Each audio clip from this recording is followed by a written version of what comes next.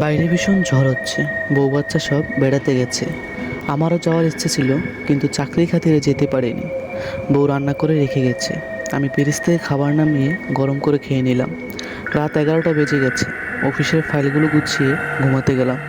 আমার ঘুমের কোনো সমস্যা নেই। মুহূর্তের মধ্যেই গভীর ঘুমে তলিয়ে গেলাম। হঠাৎ তীব্র বেলি ফুলের গ্রানে ঘুম ভেঙে গেল।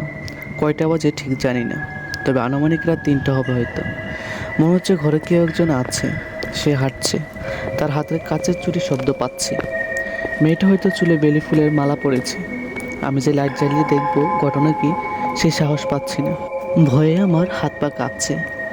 ভয়ে আমার দম আটকে আসার মতো অবস্থা। কিন্তু খুব বুঝতে পারলাম মেয়েটা আমার মাথার কাছে এসে বসেছে। মেয়েটা একা কাজ ভালোবাসা নিয়ে আমার মাথায় হাত রাখে। স্পর্শে বুঝতে পারলাম মেয়েটা ভালোবাসা নিয়ে মাথায় হাত রেখেছে। আমি গভীর ঘুমের ভান করে থাকলাম। খুব ভোরে ঘুম ভাঙলো। মনে মনে ভাবছি রাতের স্বপ্নটা খুব সুন্দর ছিল। ঘরে কেউ নেই, কিন্তু বেলি ফুলের ঘ্রাণটা এখনও আছে। বেলি ফুলের ঘ্রাণটা সত্যি আমার খুব ভালো লাগে। কিন্তু বিছানা থেকে নামার সময় দেখি আমার বিছানায় একটি বেলি ফুলের মালা পড়ে আছে।